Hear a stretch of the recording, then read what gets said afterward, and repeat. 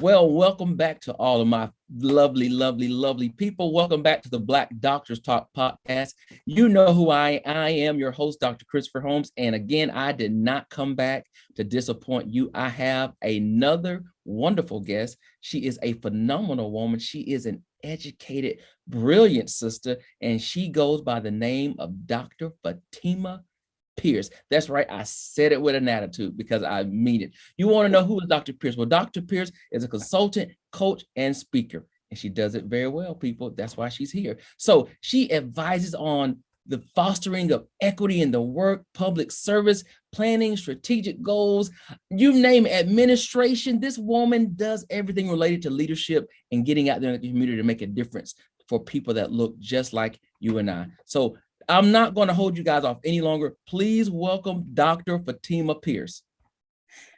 Thank you so much, Dr. Holmes, for that introduction. I'm glad you have so much confidence in me. Let's live up to it.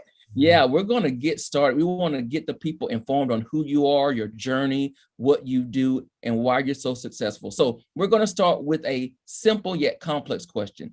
Tell us about young Fatima. Who was she? Oh gosh. Well, first I would like to say that Fatima is still young. But just about my background, I am a native Washingtonian. I'm from Washington, D.C. One thing you'll learn about me is that if you say DMV, it just makes me cringe. It is D.C. to the core.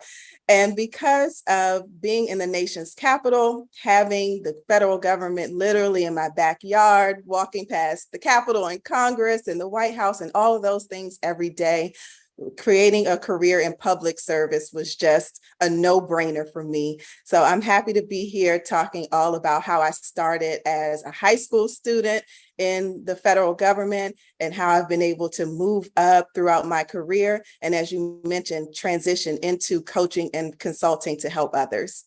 So let's talk about this because see, I'm here in Atlanta. You know, this is like the Black Mecca, right? And Yes. You're also in another Black Mecca. Talk about just the experience of seeing young African Americans be successful, live what we would consider a great life, drive nice cars. It's very professional, right? So everybody who's maybe in rural towns, they're watching TV wanting this life, but you're in it, you see it, you experience it. Tell us about that a little bit. Yes, I'm so thankful for my upbringing in DC. And most people may not know that it used to be called Chocolate City back in the day. But when I'm in conversations like this, I always make it a point to say that I did have that representation to an extent. All of my grade school teachers were Black. All of my neighbors were Black professionals. And as I mentioned, working for the government, that is like the holy grail for Black people and creating a middle and upper middle class in this area. So I had that rich upbringing, but one of the reasons that I speak about equity and other things is because we weren't sheltered from the experiences that others in rural towns or elsewhere might face. And so we deeply understand that there is a need for advocacy and work around equity for Black people. But again, having that exposure to folks from all walks of life that looked like me was the pivotal sort of push to be successful. And I'm thankful for that. So you talked about high school and you started there.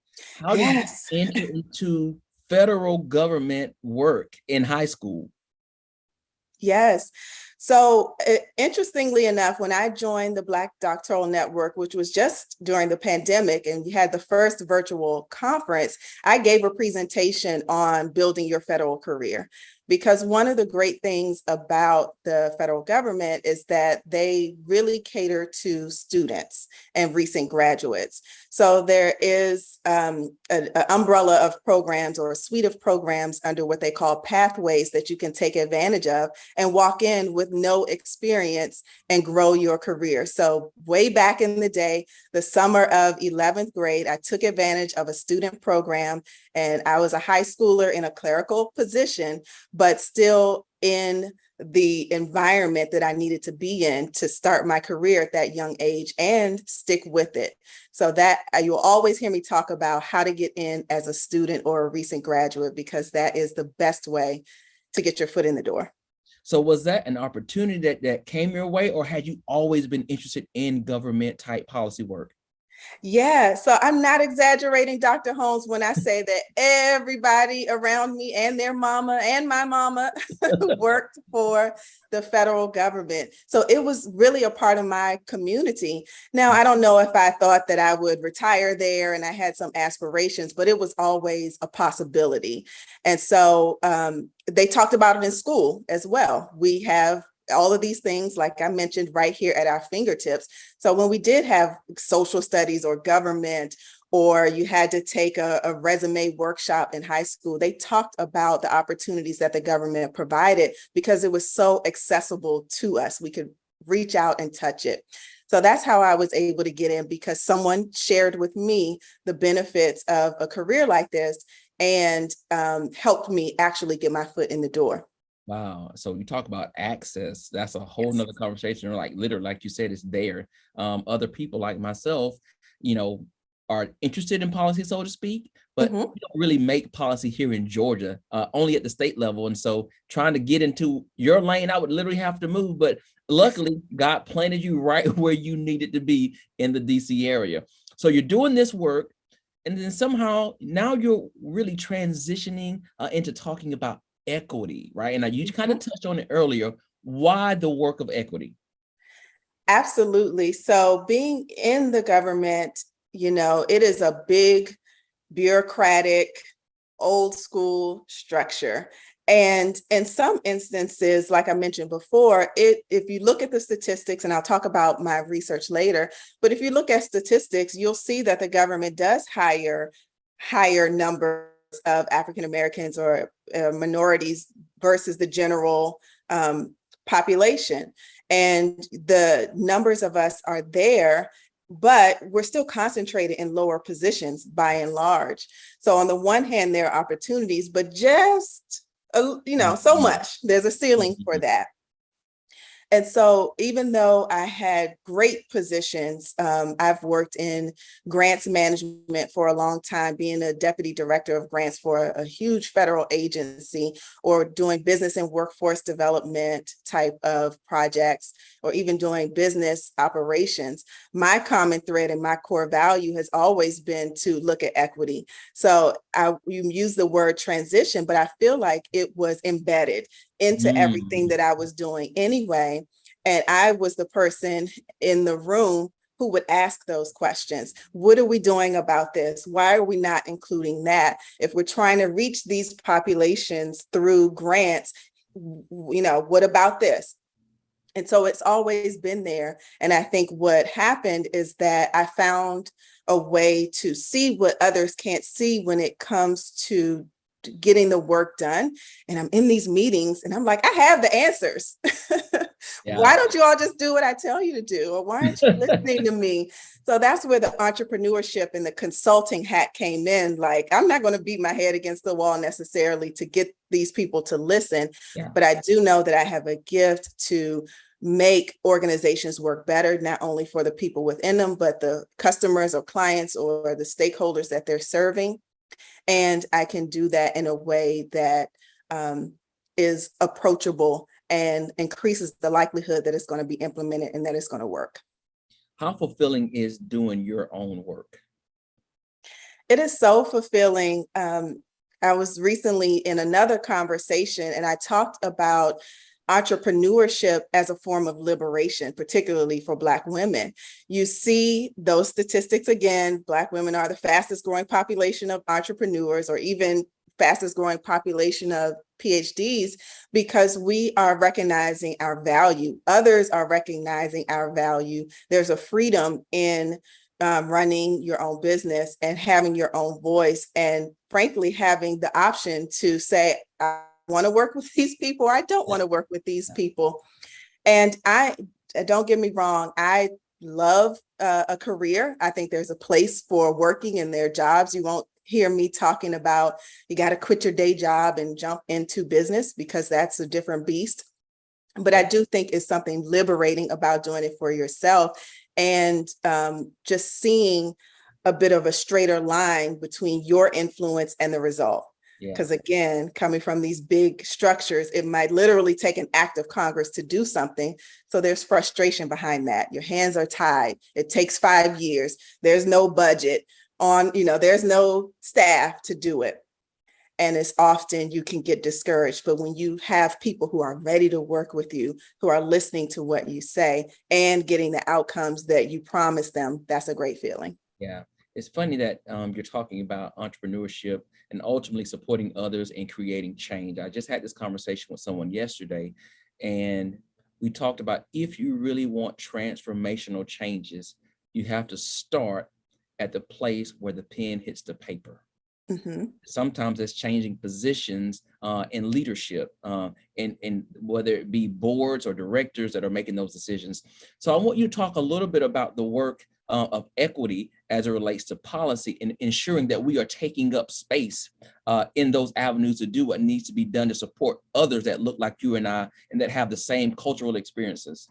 Yes, I love this notion of taking up space, right? We are no longer silent, and we have this idea about the seat at the table. We need to be in the rooms.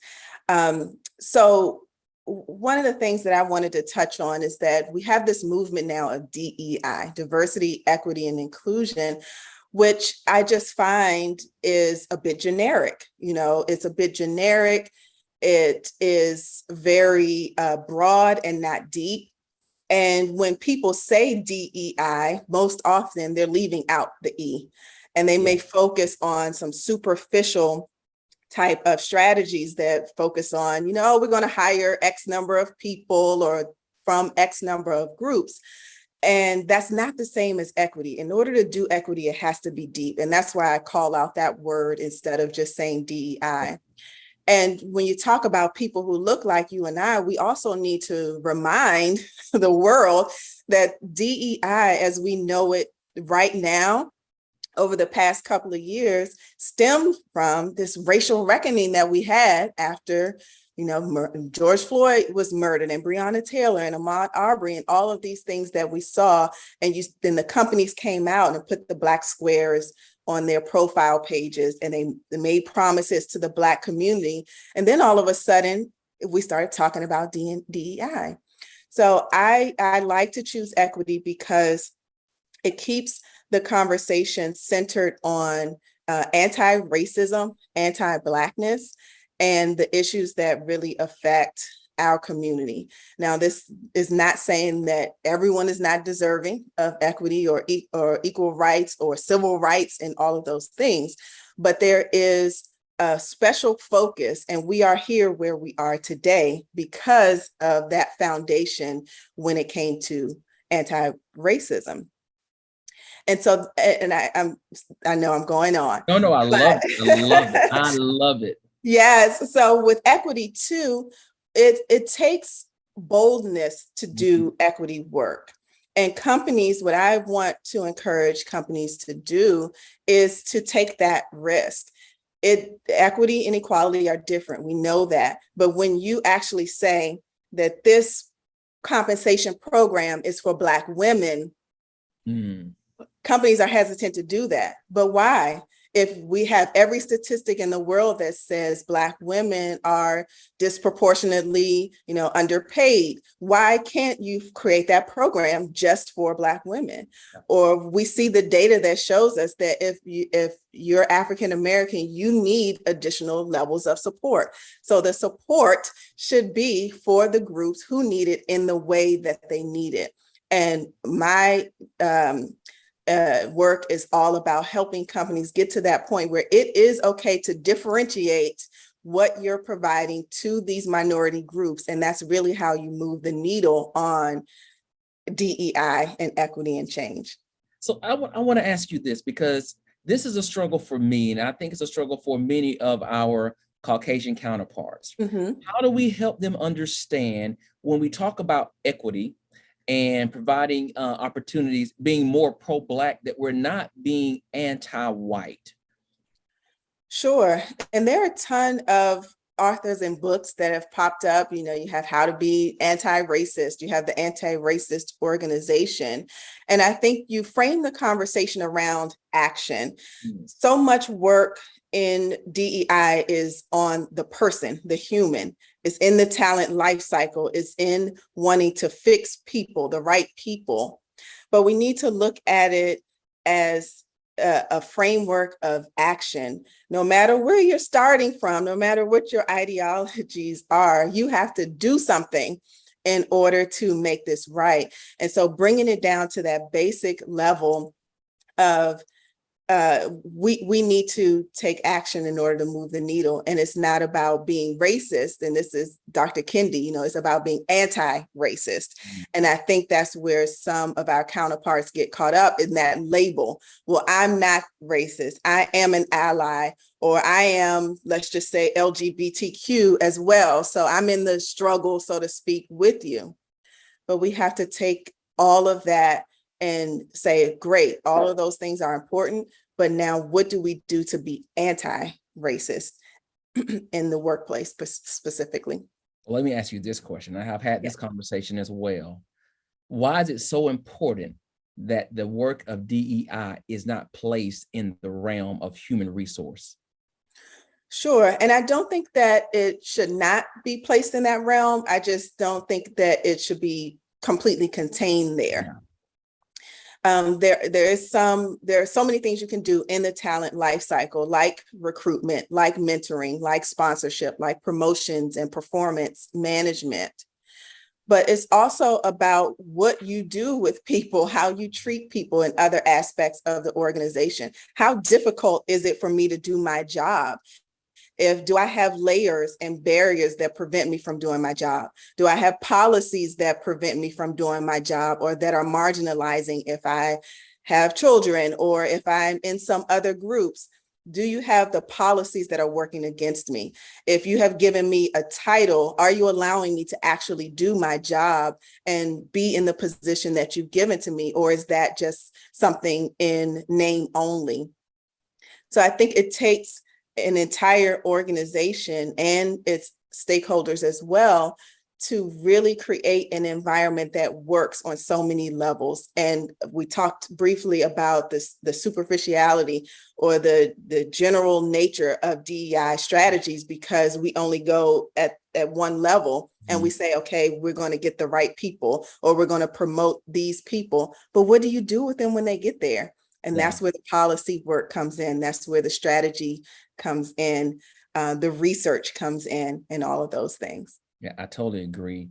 I have definitely seen where we have, I say, abused DEI across the world, especially since Black Lives Matter. And what I'm seeing is what you say, is what you're saying is that we are viewing it as something of imagery, but it's not. It is about action, and it's about giving voice and access to people who generally and historically have not had it.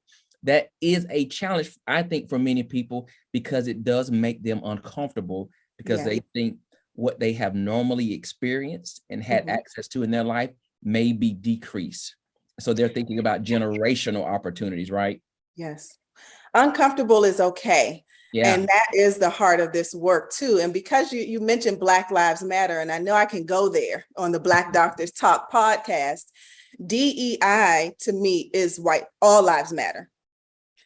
When I hear, and that's how it started, like we said, when somebody said Black Lives Matter, you remember you had others come out and say all lives matter. Yeah. And that's just what I'm saying. We started out with anti-racism against Black people, and we ended up in DEI. Yeah. So some ways it feels like an all lives matter response, and we really need to get back to the original intent.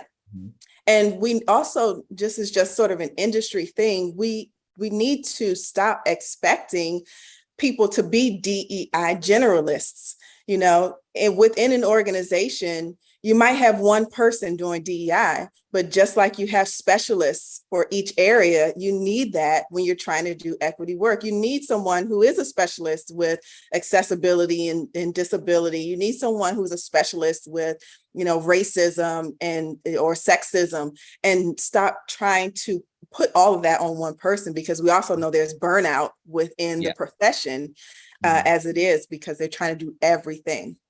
And that's exactly why I asked you the question about HR, because sometimes I see that they house DEI in the HR office, which is sometimes one person. So are you really, really focused on creating equity and diversity in your company if everything is falling on the shoulder of that one person? Likely not. As you say, I think you need a specialist that may be housed in HR that is doing that work by itself in isolation. And you got to be willing to allow that person to challenge you. That's the only way you're going to shift. And one thing I can say too, I know we got to get back to some other questions here. Right where we need to be. We're in the right space. But so my background too within my work is really tied to money, you know, grants. I'm talking billions of dollars moving. And so I focus on that in my work. Like, what are you investing in this work? This is not other duties as assigned work. You have to invest. If you're going to have a chief diversity officer, they need to be paid the same as like any other chief financial officer, chief operating officer. It's a C-suite position. But it's such a complex thing, because when you are talking about chief diversity officers, who fill these positions typically is people of color. And what do we know? They're already underpaid. They're already under everything. And they're already facing issues in the workplace. So you have this position that somebody may have dictated that you need to have, which you don't really want to have in the first place, but you got to check that box. You put somebody, let's just say a Black woman, in the position, and then you put her in a corner, and then you might not even pay her. So from the beginning, you're just digging further and further into this cycle. But through strategy, through policy, through this super engaged model of getting everybody on board and getting every phase of the organization on board, you can really start to do some things. I love that word, engagement.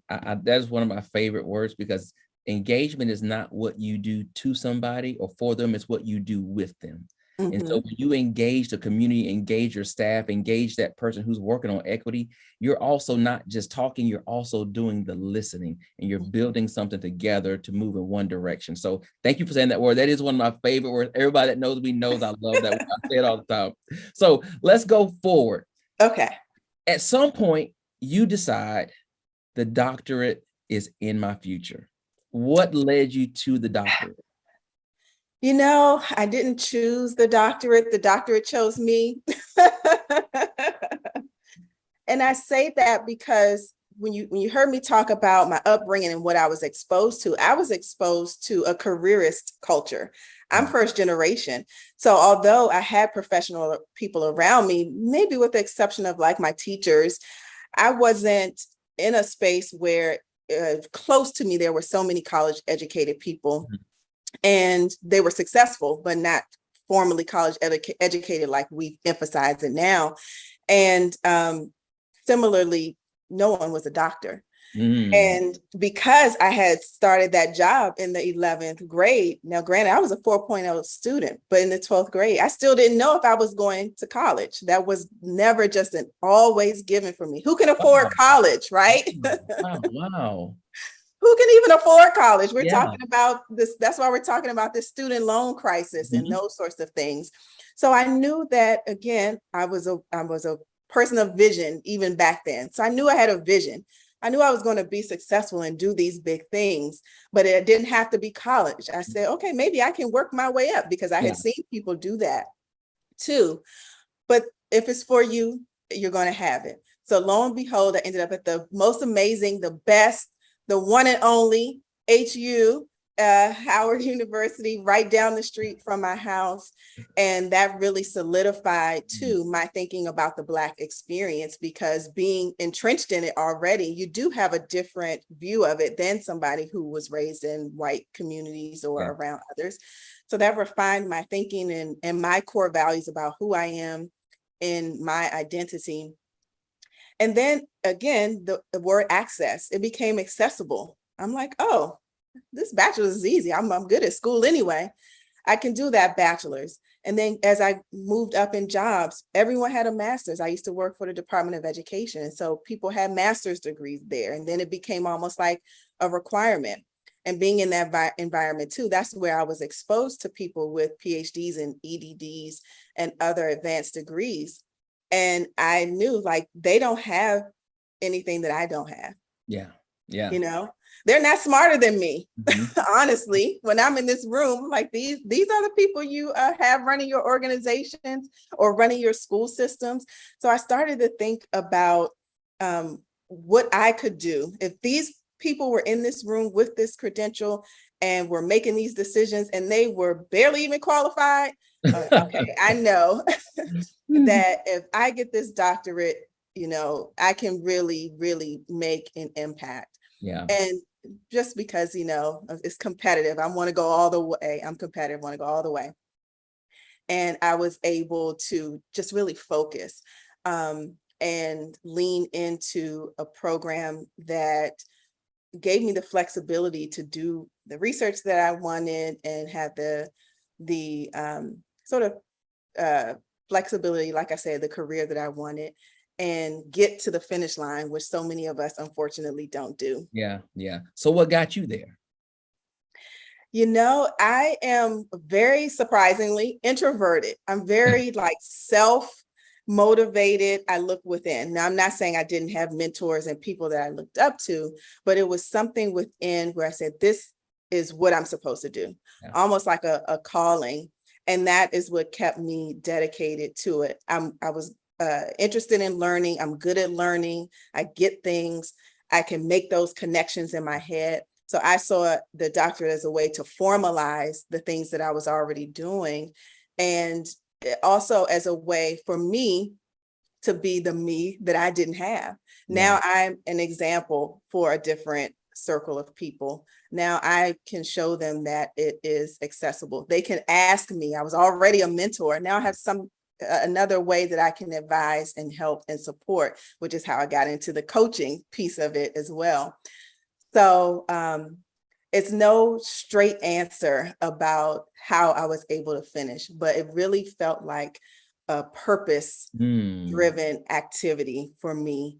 And yes, we all went through a whole ordeal writing dissertations and things like that, but I never, comparing it to my experiences of my friends and colleagues, I didn't have that same feeling that they had because I was like anointed in it almost, that it was for me. Yeah. Yeah. I feel you. And I'm like you, we all had an experience, but the vision for me was very clear.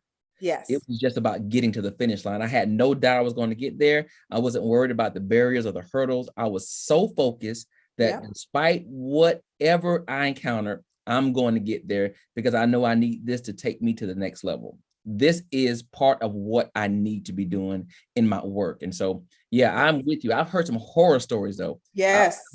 Some committee stories, like all kinds of crazy stuff. But I tell people, when you get to this level, you are an adult professional. Mm-hmm. And you should have the expectations that you have on your job or in your other careers, that your committee is going to serve you in the same way. So advocate for yourself. Yes. Yes, I agree. And I definitely think that working so early helped shape my experience. I do see a difference in students who go straight through bachelor's, master's, doctorate, and someone like me who worked for X number of years before coming back and going into it. And you have a different wisdom. Yes. You know, a different level of focus when you got some things under your belt. I always tell people, oh, there's just some things I require, you know, as a professional. When you just go through, sometimes you don't know, you haven't been in the field, so you're not really demanding that respect. But when you've been in the field and you've had some positions, you're like, oh no, this is not going to work for me. Because you don't think you deserve it. We see folks of the mindset, oh, I'm just getting my master's. I want to ease my way into it or tread lightly. And some of that conditioning is coming off now, right? Through entrepreneurship, through understanding our value. But we were just always sort of told, you got to go slow and you can't be too loud and you can't be too demanding. And we, in this movement, are standing a little more firm. And so I'm Yeah. excited that we have the opportunity to do that. And even things like this, using our voices, using our platforms, are a great catalyst to be able to do that. So let's talk about the research. So you are on this Yes. journey, and what was your research focused on? Sure. My research was focused on my lived experiences. I said early on, I had it in my core values. And one thing about me, in the introduction, you talked about doing a little this or doing a little of that, and my whole spectrum. But what I find is that it's all aligned. It's all going into the same direction. Whenever you hear me speaking, I'm going to talk about the same 3 or 4 things. And so I carried that into my research as well. What do I know? The lived experiences of Black women. So I examined race and gender intersectionality using the Black feminist framework, examining individual and collective experiences of Black women in the public administration, federal government setting. So I mentioned before that you have high numbers of Black women in government, but they're concentrated at lower positions. So I'm like, what happens? Why do they not get to higher positions, or what happens when they get there? So I talked to what I described as leaders within the federal government. And for those of you who understand the lingo, it's like GS 12 and above. So those who are in leadership positions, about gender-based mentoring. We've touched on it here. Who helped you? How did you get to where you are? How do you know what you know? And it was such a dynamic, qualitative experiment, because we just talked about this concrete ceiling. It's not a concrete wall. It's not a glass ceiling for us. It's not just a few incidents of microaggressions here and there. It's a complete exclusion at times from access to these networks. It is gendered racism, which is harder to prove because you have the laws that protect different classes. So if you go somewhere and say, hey, they're discriminating against me because I'm a Black woman, they say, no, you have a woman. We have a woman in that position. Or no, we have a Black person in that position. So there's something unique about the intersectionality and the lived experiences of Black women that's different from even Black men. And I wanted to examine that specifically. And then again, the context about gender-based mentoring. And you've heard me say it, I loved my community and the experiences that I've had, because I've been fortunate enough to have Black women support me. But there are so many other Black women who don't. And I'm still to this day having this conversation with other Black women who think that Black women don't support each other. Wow. And I have to, shake them a bit. And one of the things that I discovered in that research was that it's not that, this element of competition always, is that I am one of the few who has gotten here. I'm barely able to save myself or sustain myself because there's so much pressure on me. I might be the chief diversity officer and the only person in the C-suite trying to do this job. And women said that they didn't feel like they were able to mentor others because they were just trying to cope and keep themselves going. So that was painful to hear, but it just helps to understand how complex it really is. And so looking at these issues, how can we build communities in the workplace? You mentioned listening. That was one of my recommendations. I love asking powerful questions. Ask these communities, these populations, what they need, and then give it to them. Yeah. Like, it's not that hard. And also things like putting it into your performance and your evaluation plans, holding supervisors accountable for mentoring, for sponsorship, for access. Look at their disciplinary action record. Are they treating their employees differently? And, just committing to it, doing these things on an ongoing basis, putting the money behind it, checking in, and not treating it as a fad thing, which, is my fear about what's happening now with DEI. So those are the things that I think about, talk about, and do research on. So that is some very deep work, but I love it because it's very necessary work. And I love the fact that you're very bold and unashamed about speaking up and having or giving the voice to the Black woman. I think sometimes people want to shudder behind it because they don't want to be too Black or so Black, but Uh-huh. it is who you are. And I love the fact you said, this is your lived experience. Mhm. And it's not isolated just to you. There are other Black women that can benefit from the work that you're doing. And so I love it. And I love it that you're also showing up in spaces that probably don't typically have women like yourself come in. And you're saying, listen, you've got other Black women in these spaces that are ready to consume positions or assume positions of power that can lead you to greater heights if Right. you're willing to open up and be flexible. Yes. Look at the track record. We have to do it all the time, right? Yeah. And I love that we're seeing Black women. I never forget, this was maybe 4 years ago, and Uh-huh. I'm an avid tennis watcher, but I don't always follow like what's happening in the tennis world in terms of leadership.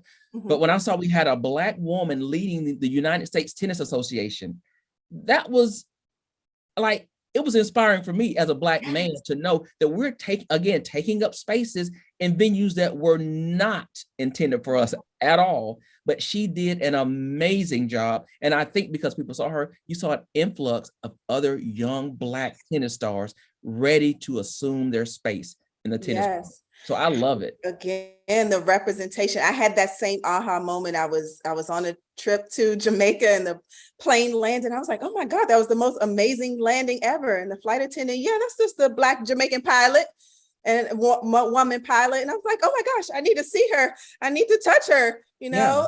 know? Yeah. So it doesn't matter how many accolades we have, we still need that inspiration and we still need to see what is possible for us. But you're right.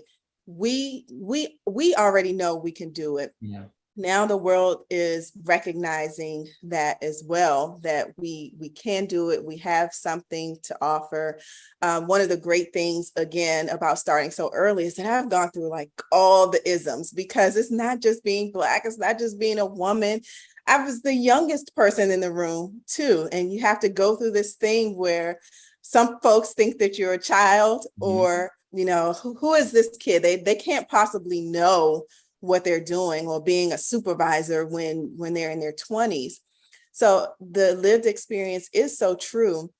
And not only using the lived experience as a way to tell my story, but to figure out how to help others through it. So again, the coaching, when others would see me at conferences and different things, they like me with the pilot, they want to see me, they want to touch me, like, oh my gosh, you know, we've never met anybody like you down here in wherever, Kansas, where I am.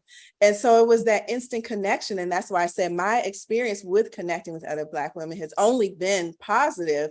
But I lead with that too, from that mentoring perspective.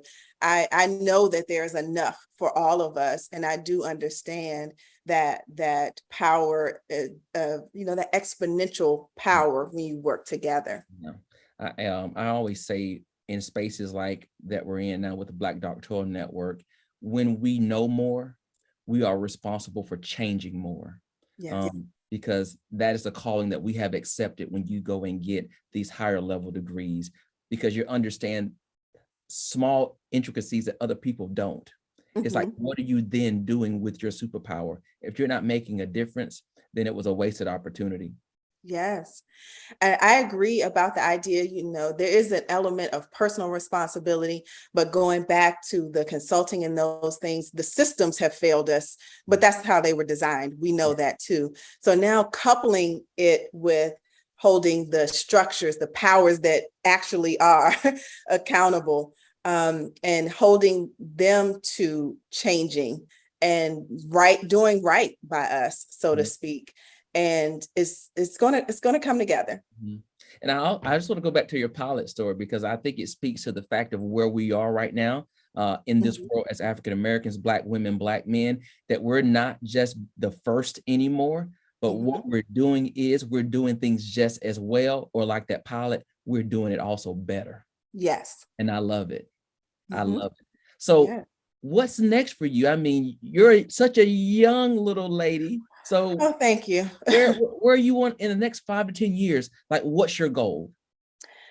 I think my next is now. Mm, I let go a long time ago of this planning that way. Oh, when I'm 30, I want to do this, or when I'm 40, I want to do that. But what I'm trying to do now is just fine tune my eyes, ears, heart for the right opportunities. yeah. And so my focus is being open, having conversations like this, looking for ways to help, and just being positioned. There's something great about the positioning is that when you do get the call, when you do get that opportunity, you can go. So my focus right now is to be as positioned as possible for whatever that next thing is. And I would encourage others to think about how to position themselves as well. It's reminding me of a project that I worked on with a company who wanted to diversify their speaker pool for an education conference. They wanted special education instructors, curriculum instructors, et cetera. And we don't buy into the myth, of course, that there's just no minority talent. But what I did find is that if someone is just doing a keyword search, we are not positioned where we come up to the top. Yeah. Even on LinkedIn, if someone's searching for special education, whatever, we're just not coming up at the top. So my the challenge is for us to use our voices, use our platforms, tell our stories, put our titles out there, put our profiles out there, let the world know what you do. And I'm not the best at this, but I'm working on my LinkedIn and all that. But to show up so that the opportunities can come to you and you'll be ready to say yes and go right into that mode of making a difference. I love, again, you're saying things I love to say all the time. When opportunities present itself, your only responsibility is to say yes. Because as you said, you have already positioned yourself for the yes. So just verbalize it. I love it. So now with all this greatness you got going on inside of you that you're doing, I know you are going to be at the conference in Atlanta. Yes. So tell me why you're so excited about the conference that's coming up. I'm excited, one, because it's just like outside is open again, right? Yes. And I actually became familiar with this at Black Doctoral Network and similar networks when I attended the conference of minority public administrators, like right before the world shut down. So it's almost like coming back kind of full circle. I ended with COMPA, starting back with BDN. But we talked about it here. It's that power of community. It's the being in the room. And I particularly love these opportunities because I did my doctoral work online. So not having that same type of research community or professional community, and especially with people who can speak the same language and who share the same values and ideas that I do. So I'm excited about that. I commend BDN for expanding the agenda, where we have moved beyond just the traditional research conference where you're sharing your papers and you're sharing your posters, but we're having more practical conversations. And we're talking about careers and mentorship and the other pieces that we need to do well. Awesome. Awesome. Well, I'm looking forward to seeing you and speaking with you. And if you're not coming, people, stop wasting your breath. Get on board. You need to be in the space. We're excited to see you there. We're excited to network with you. We're excited because we're back in the real world to hug your neck, if that's okay. Okay. If that's okay. Take it to church, Dr. Holmes. Yes, I just want to hug your neck, okay? So come on to the conference. We definitely and want it's to extra, it's in your hometown, right? So you are going to be like the personal host. So you talked about what's in your backyard. Well, the conference is in my backyard. So come on down to Atlanta. We can't wait to see you. And then, of course, like you said, the companies are going to be there. They're recruiting talent. Yes. So if you're positioned, come to the conference. And as Dr. Pierce said, all you have to do is say yes. Say yes. And if you need help before the conference, then come see me too, because I'm a fantastic coach. That's right. I lead from the lens of, like I said, asking those powerful questions and the belief that you have what you need. We have an issue of confidence. We have an issue of clarity. And it's not of qualifications. It's just how we think about ourselves, how we can get out of it so that we can really believe what we're putting on a resume, or sell ourselves or tell our story for these opportunities. So that's what I love to work with women on, being able to do that, and men too, but mostly women come to me. Shade. Because they put these labels on us, right? Like imposter syndrome. That's a different podcast topic, but I see these things as another label. Not that you can't have real thoughts of that, but it's a form of oppression that is unique. And that's why I say Black women differently, because it's layers and layers that we have to get out of, but we already have what we need. So I love to give that pep talk. I love to help you discover and give those aha moments about how to move forward with what it is that you want to do. So if these people want to connect with you, where can they go and find more about you and the work that you're doing? Yes, LinkedIn is the best place to see me. I've used all of that real estate in the about section with my links. So if you want to do consulting, there's a link for that. Coaching, there's a link.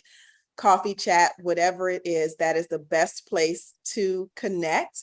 And, I'm thinking this has gotten me inspired. Maybe we need to do like a LinkedIn Live series or something. So put your notifications on and be my guest on my LinkedIn table.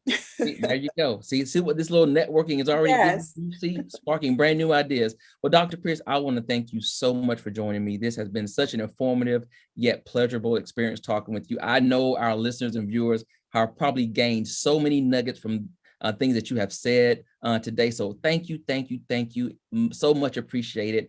And the work that you're doing is critical. So thank you for being bold and doing the work that's really going to make a difference. I appreciate it. Thank you, Dr. Holmes, and thank you, BDN.